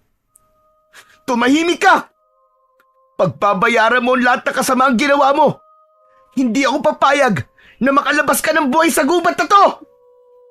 Tignan natin kung sino ang hindi makakalabas ng buhay dito. Pagkasabi nun, ay biglang nagpalit ng anyo si Kapitan sa harapan ni Baste. Naging isa tong nakakatakot na nilalang. Naging kulay itim ang balat nito. Nagkaroon ng mahahabang mga kuko, nakausli at matutulis na mga ngipin mula sa bibig.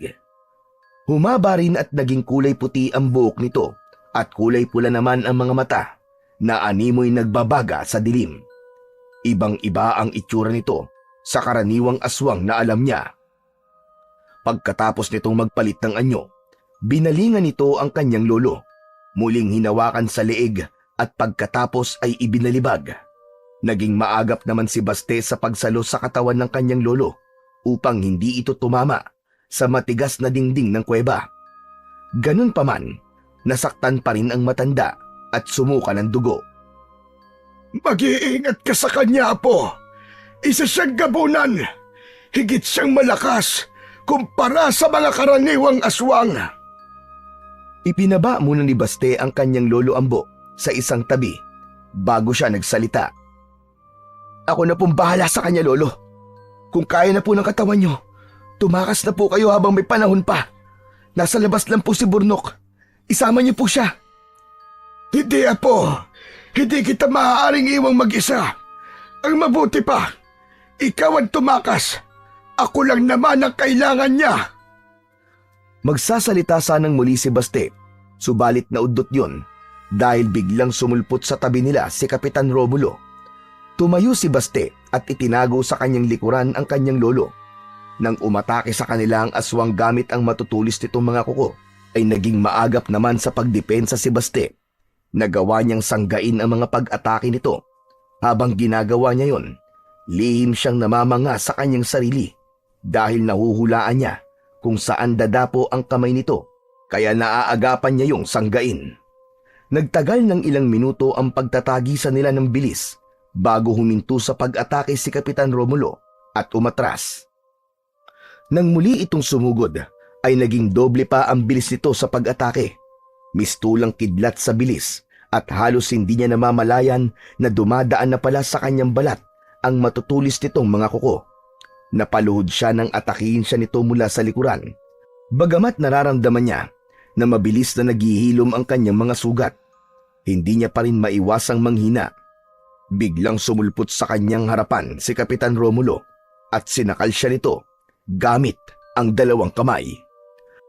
Hinawakan naman niya ang magkabilaan nitong braso at gamit ang buo niyang lakas ay pinisil niya yon. Napangiwi sa sakit ang aswang. Lumuwag ang pagkakasakal nito sa kanya hanggang sa tuluyan niyang maalis ang mga kamay nito sa kanyang leeg. Dahil hawak niya pa rin ang mga braso nito, pinilipit niya ang mga yon at binitiwan niya lang ng tuluyan ng mabali ang buto. Pagkatapos nun, nagpakawala siya ng suntok sa mismong dibdib nito. Sa lakas ng suntok na ibinigay niya, tumalsik ito at tumama ang likod sa dingding ng kuwebang kinaroroonan nila. Kaagad din naman itong nakabawi ng lakas. Mula sa kinaroroonan nito ay mabilis itong tumalon papunta sa kanya. Nagawa niyang sanggain ang nakaamba nitong mga kuko, subalit bumagsak siya dahil sa lakas ng ginawa nitong pag-atake. Hindi pa man tuluyang nakakatayo na maayos ay muli na naman siya nitong inatake. Hinawakan siya nito sa magkabilaang balikat at sinakmal sa batok. Napasigaw siya sa sakit nang maramdaman niya ang pagbaon ng matutulis nitong mga ngipin sa kanyang balat. Pagkatapos siya nitong sakmalin, hinawakan siya nito sa leeg at inihagis. Sumuka siya ng dugo matapos siyang humampas sa kanyang pinagbagsakan. Nang mga sandaling yon, sa halip na manghina, pakiramdam ni Baste ay may kung anong nabuhay na lakas sa kanyang katawan. Sa kabila ng pinsalang natamo, wala siyang ibang gustong gawin kung hindi ang sumugod. Dahan-dahan siyang tumayo at sa pagkagulat niya ay kusang kumilos ang kanyang mga paa, pasugod sa aswang. Pakiramdam ni Baste na mga sandaling yon ay mistula siyang galit na toro na handang manuwag. Nang tuluyang makalapit, binangga niya ang sikmura nito gamit ang kanyang ulo. Sa lakas ng ginawa niyang pagbangga, muli itong tumilapon sa malayo. Nilapitan niya ito at sunod-sunod na inundayan ng suntok sa muka. Kulang na lang ay madurog ang muka nito dahil sa lakas ng mga binibitiwan niyang suntok. Huminto lang siya sa ginagawa niya nang makita niya ang kanyang patalim mula sa hindi kalayuan. Kinuha niya yon at muli siyang bumalik sa harapan ng aswang. Para ito sa ginawa mo sa mga batang walang kalaban-laban! Itinaas ni Baste ang hawak na patalim at pagkatapos ay itinarak yon sa dibdib ng aswang. Kaagad rin yung hinugot pagkatapos. Ito naman, para to sa ginawa mo sa mga magulang ko at sa pagdukot mo sa kapatid ko! Demonyo ka! Muli niyang ibinaon ang patalim sa dibdib nito ng 2 beses at hindi niya yun inalis hanggang sa tuluyan itong malagutan ng hininga. Nang matiyak niyang wala na itong buhay, ay saka lang siya naglakad palapit sa kanyang Lolo Ambo.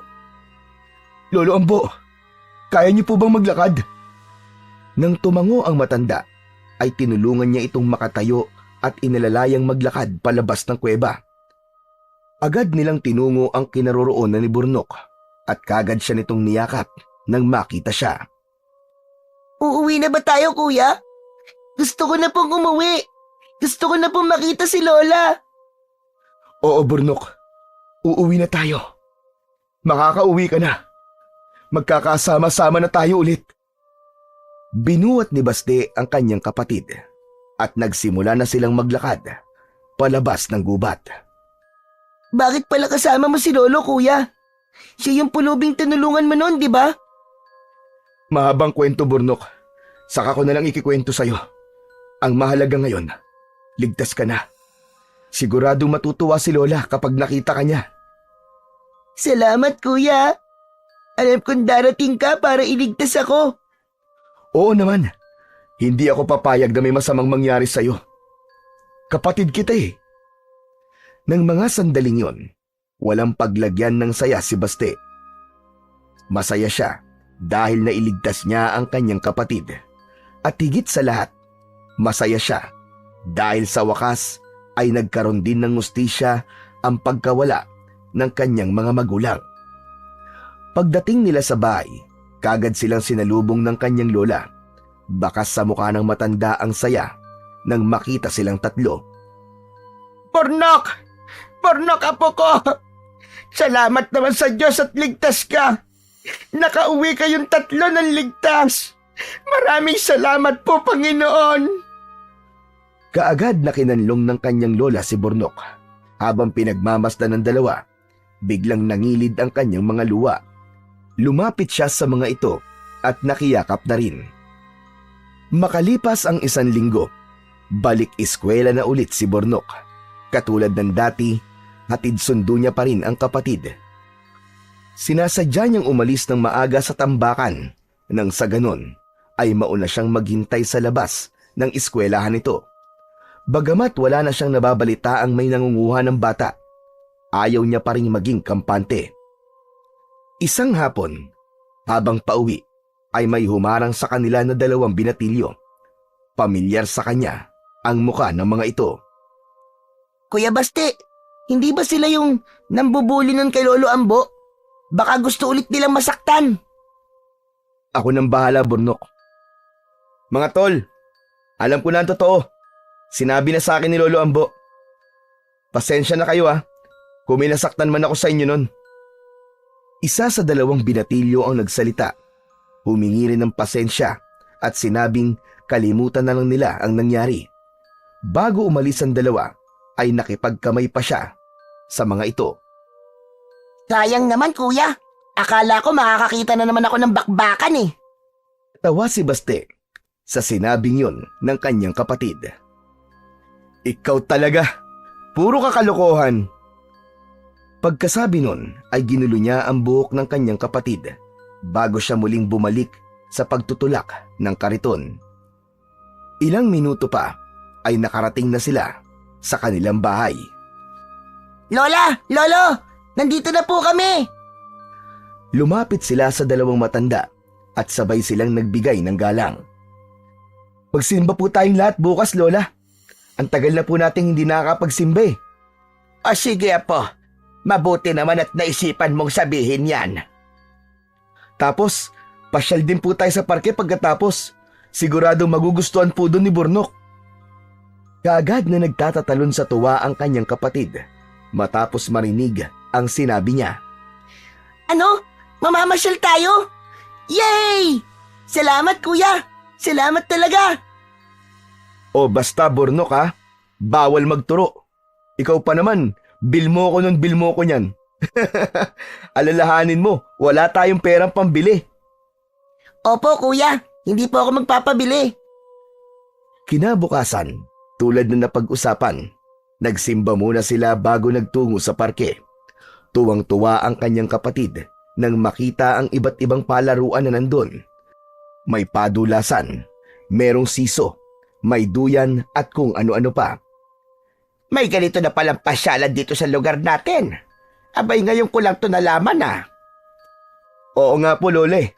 Natuklasan ko lang po ito nung hinahanap ko po si Burnok. Ang sabi ko nga sa sarili ko nun dadaling ko siya rito sa oras na makabalik siya sa atin. Tignan mo ang kapatid mo. Sobrang saya niya. Sigurado kung palagi na siyang magyayaya sa'yo na pumunta rito. Ayos lang po yun, Lola. Ang mahalaga, makita ko po siyang masaya. Naputol ang pag-uusap nila dahil biglang lumapit sa kanila si Burnok at hinila siya sa isang kamay. Tara kuya! Tara! Walang nagawa si Baste nang hilahin siya nito palapit sa isang padulasan. Sa huli, natagpuan niya ang sarili na nagpapadulas na rin katulad ni Burnok.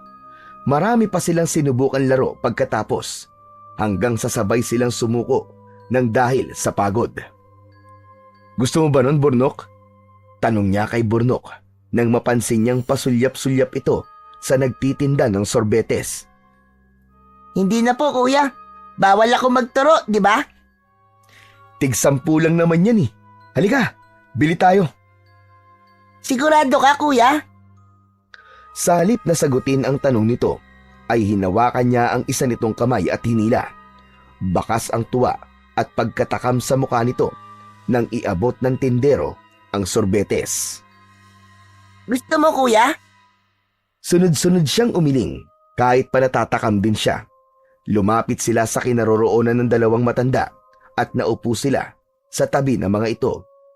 Nang makita nila na makalat ang gilid ng labi ni Burnok dahil sa kinakain itong sorbetes, ay sabay-sabay silang nagtawanan. Pakiramdam ni Baste, yun na ata ang pinakamasayang araw sa buhay niya. Nang dahil sa isang malupit at madugong pangyayari, kahit papano ay nagpasalamat sa Diyos si Baste dahil nailigtas niya ang kanyang kapatid mula sa bingit ng kamatayan at ganun rin ang kanyang lolo Ambo na hindi niya akalain na totoo pala niyang lolo, na ito pala si Lucio ang madalas na ikwento ng lola niya na akala niyang isa lang kwentong pambata. Nagpapasalamat din siya dahil nabigyan niya ng katarungan ang lahat ng mga batang nabiktima at napatay ng kanilang aswang na kapitan. Ang mga pangyayaring yon ay hindi niya makakalimutan kailanman. Naiwan sa kanyang pangangalaga ang mutya ng pangil ng toro at nangako siya sa kanyang sarili na kapag hiningi muli ng pagkakataon na kailangan niyang gamitin ang mutya, ay walang pagdadalawang isip na gagamitin niya ito kumpara sa ikaliligtas ng mga mahal niya sa buhay at ng lahat ng tao sa kanilang baryo.